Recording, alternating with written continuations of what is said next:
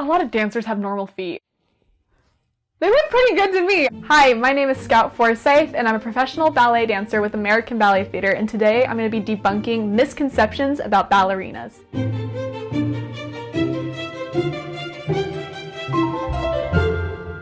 When people find out I'm a professional ballet dancer, they always have some weird stuff to say. So I'm going to be answering some of the most common assumptions and misconceptions about ballerinas today. I threw it out there on Instagram for people to write in what they thought. I got over 185 responses. So I broke them down into categories: diet, lifestyle, body, personality, career, point shoes, and dance. This is definitely the biggest section and the most common question I get. All ballerinas are teeny tiny skinny people who don't eat. They never eat anything. Like, ballet dancers eat nothing / starve themselves, eating disorders, body dysmorphia. You're working out from 10 to 7 with an hour break.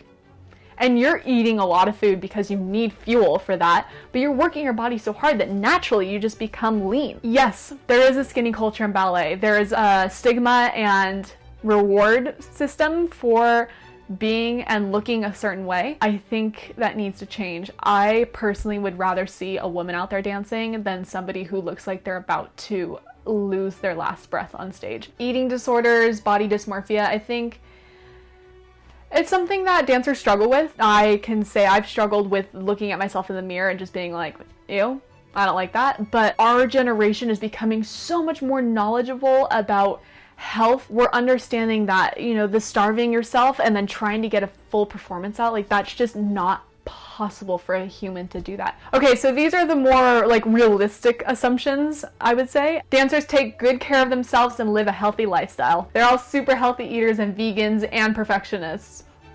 The perfectionist thing is probably true. Not everybody's a vegan. They eat a lot of protein. You eat to aid your digestion and mood. I think one of the biggest things that people don't understand about dancers is we're so in tune with our bodies. You're eating a bunch of salts and you feel swollen the next day. Alcohol wise, I really don't like to drink a lot of alcohol, especially don't do it during the week. Alcohol is super dehydrating to the body. So I'm not going to be drinking while I've got a full 2-3 hour show that night. Multiple ones of they're vegan. Personal story, I went vegan for 5 years and I was really struggling with my hormones at that point. I started skipping periods, and that is kind of scary because that affects your bone health. So I started reintroducing meat to my diet, monthly. When I was menstruating, I crave red meat and I'm going to give myself that. Here's an example of a day.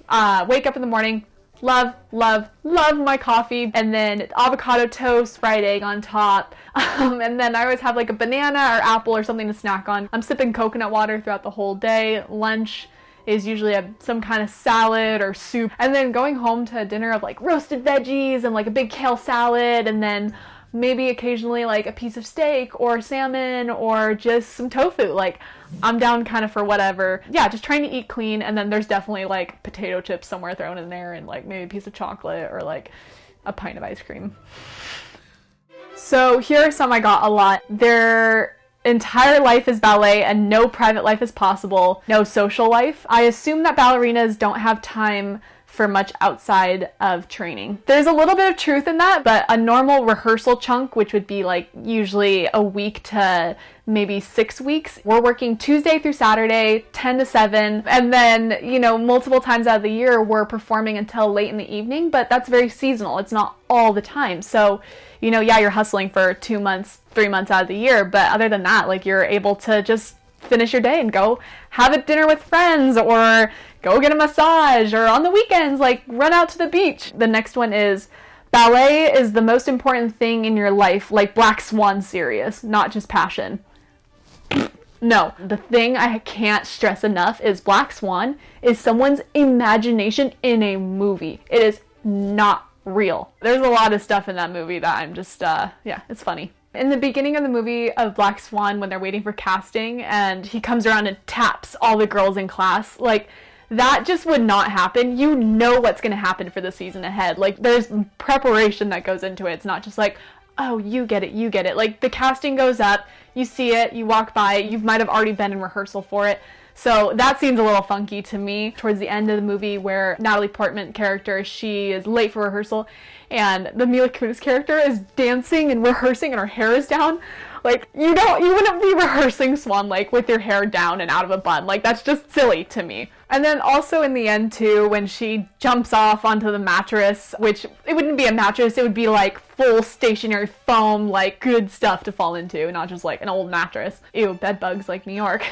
And she's like, I was perfect. It's a live performance, and that's something that's so beautiful about ballet and so enticing, I think, for dancers, is that there's never perfection. Like, you can always constantly build on it. It's never ending. Yes, ballet is extremely important to me, but it's not life consuming where I identify only with ballet, and if somebody gets a role that I wanted, I'm not going to be pushing them down the stairs, backstabbing, like the sabotage stuff. That doesn't happen. I've heard stories from the older ones, but I think there's a really cool vibe happening with our generation of dancers. We understand that life is life and ballet is ballet. So continuing on the body section, this is my favorite. Your feet bleed, very bruised feet. They look pretty good to me. I've had like 2 blisters my entire life. I have calluses for sure. I have a corn in one of my pinky toes. Dancers do work their butts off, but is it really that big of a deal to have calluses? No. It's so badass that our bodies literally make calluses to protect themselves and to like build up like basically a coat of armor. Like, I think it's such like a badge to have these like super, like these feet can handle stuff. I can walk across rocks and not even bat an eyelash. Like, my feet are strong. A lot of dancers have normal feet. Definitely for sure have calluses, blisters, corns, but for the most part, like, we have such good technology of like toe padding, spacers, all that stuff, and are so much more aware of like self-care when it comes to feet that I think this is kind of an old school way of thinking.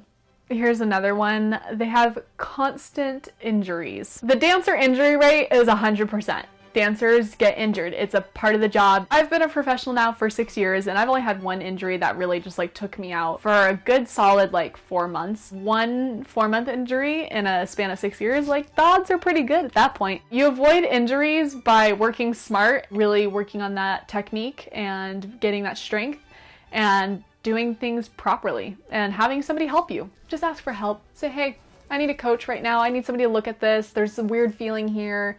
And yeah, just being aware of that. Ballerinas will have long-term body issues because of their work. Yeah, you see hip replacements with dancers quite often.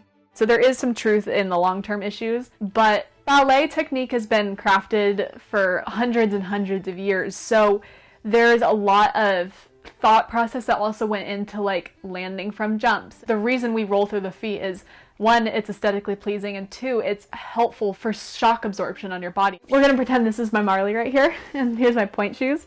I jump up and I roll through the foot coming down instead of just going clunk.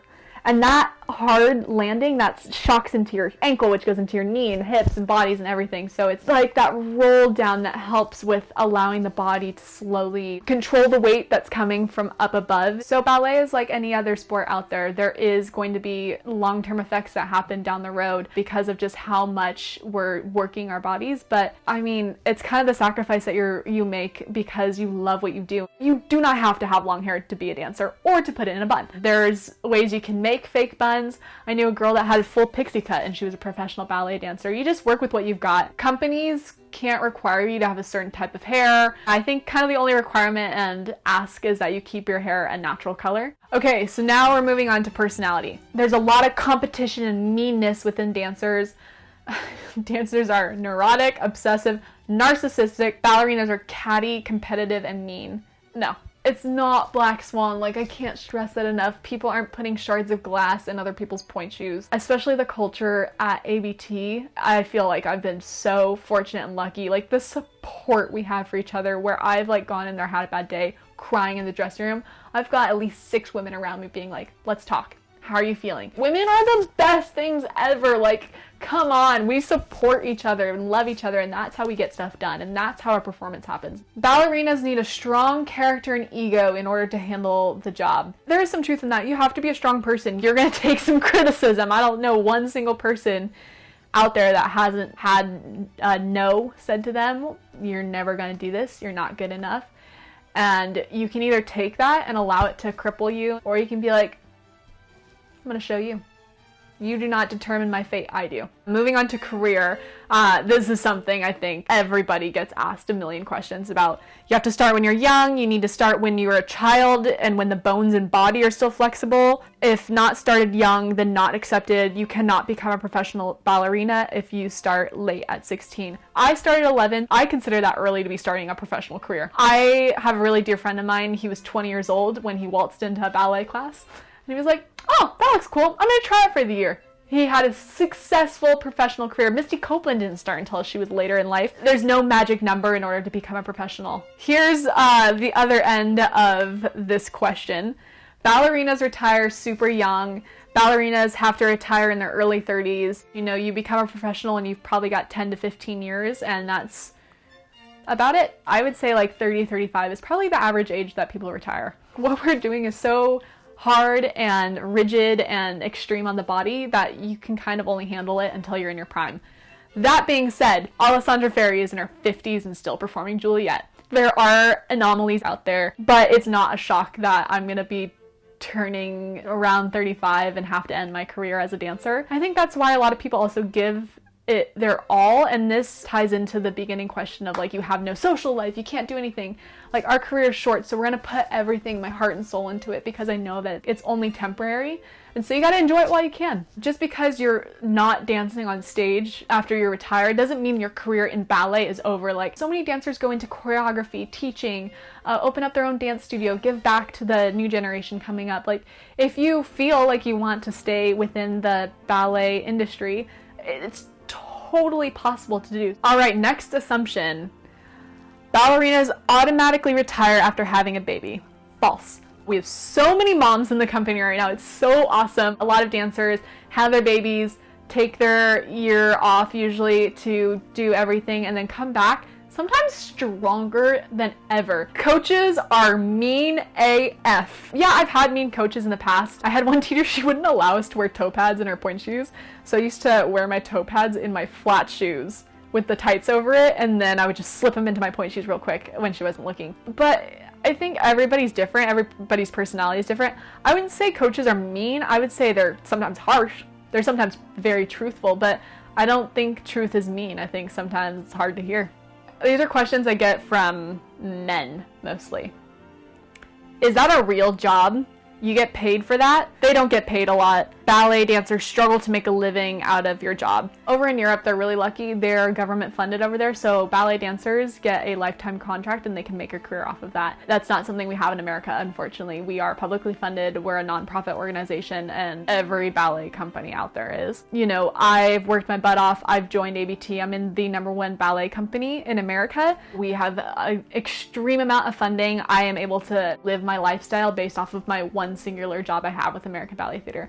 That's not the case for every company. We can perform more, we go around tour, whereas like a smaller company maybe has half the amount of weeks that they work, so they have to get a second job on the side. Is it a real job? Yes, it's a real job. Like, you don't ask LeBron James if that's a real job for him. Like, come on, you know? So next is the pointe shoe section. They spend a lot on shoes. When you're a student, you do pay for your shoes, unless you're lucky enough to get sponsored, and I see that a lot more, especially now with social media. You see like, oh, you know, you post about our pointe shoes, we'll give you free ones, which I think is just a super cool incentive program for young dancers, especially ones that can't afford as many pointe shoes as they need. My parents helped pay for my pointe shoes when I was younger. I owe them my career. But now being a professional dancer, I don't pay for my pointe shoes, and that's usually the case with a lot of companies. Most ballet companies have a budget for their pointe shoes, and they provide pointe shoes to their dancers because that is part of our job, is dancing in pointe. It's just like a computer company providing computers. Like, if I had to pay for pointe shoes now, I couldn't do it. I go through a pair of pointe shoes every 3 days, so that's over 700 pairs of my career so far, about $100 a pop. Like, that's expensive. All right, next. There's wood or cement in your shoes.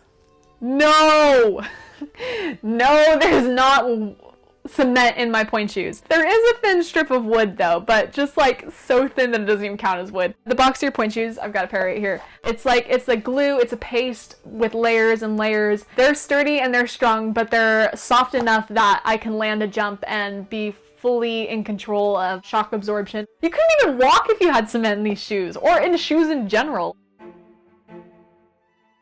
Alright, getting on point is really easy. Going on point is fun. Like, I love being in my point shoes. I love dancing in my point shoes. I have taken like every step of the ladder to be able to put on point shoes. I think some of the like major things for when you are going on point and like what teachers look for is strength. I think it's really helpful if you've kind of developed and maybe had like a decent growth spurt where your bones are kind of like starting to set in. It absolutely could be too dangerous to start young. That's something that kind of scares me when I look at these, like, you know, video pops up or something, you see, oh, 8-year-old girl in point shoe doing 6 pirouettes. It's like, oh, she should not be in point shoes yet. That's scary, but you know, to each their own. If you could focus on something, getting ready for your point shoes is like, get your calves and your ankles and your legs strong, especially your calf muscles. Like, those are the kind of like the workhorse of point. The final assumptions. It's not athletic. A lot of people think dancers aren't strong, but actually it takes a lot of strength to dance. I agree with that last one so much. Misty Copeland always says the worst thing that she gets said to her is like, oh, you're a ballet dancer? That's cute. It is a admirable and respectable career. I think it's so cool how the athleticism and the artistic aspect have created this beautiful thing called ballet. I think people forget sometimes that, you know, we don't just land a jump. Like, we have to land a jump. We have to land it properly. We have to take off properly. Your feet have to be turned out when you take off. When you go up into the jump, it's not just like get as high as you can. No, it's creating that position in the air. It's something that's otherworldly, and I feel very fortunate that I found it in my life because I think it's just such a beautiful thing. It's something really cool and unique, and yeah, it's just, I love ballet. Thank you so much for submitting your misconceptions and assumptions. It makes me giggle sometimes to hear some of them, but also really cool to know that there's people out there that are actually really interested in what I do as a professional. Thank you so much for watching, and I'll see you next time.